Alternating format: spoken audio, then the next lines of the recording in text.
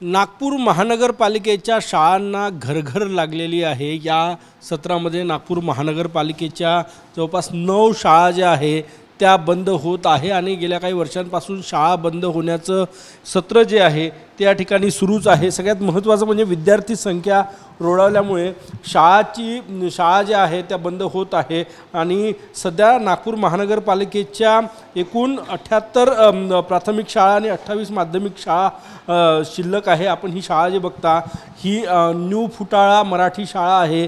गेल्या वर्षी या शाळेमध्ये 11 विद्यार्थी होते, परंतु आता फक्त 4 विद्यार्थी येत असतात, त्यामुळे ही शाळा बंद करण्याचा निर्णय घेतलेला आहे आणि परिसरात जी शाळा आहे दुसरी तिथे समायोजन जे आहे ते केलं जाणार आहे।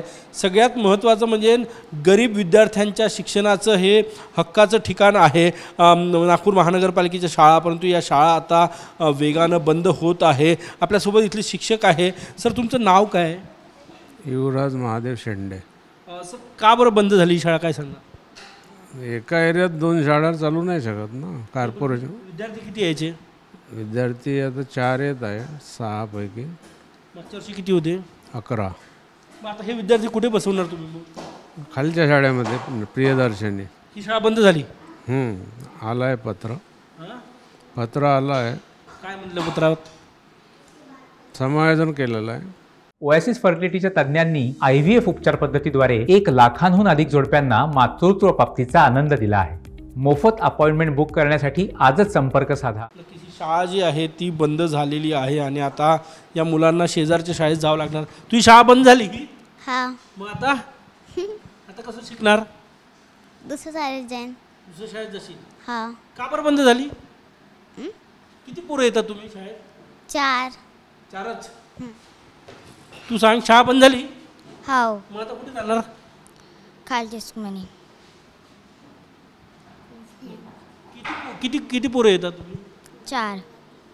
4 मुलांसाठी शाळा सुरू होती। फक्त हीच नाही तर नागपूर शहरातल्या 9 शाळा ज्यामध्ये मराठी शाळांची मोठी संख्या आहे त्या शाळा बंद झालेल्या आहे।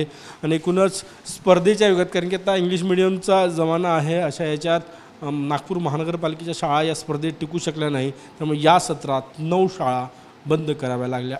कॅमेरामॅन साईसह गजानन लोमाटे, TV9 मराठी, नागपूर।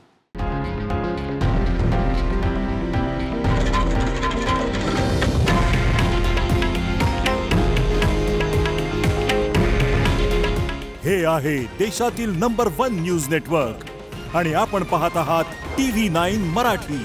काळजी तुमची, हित महाराष्ट्राचं।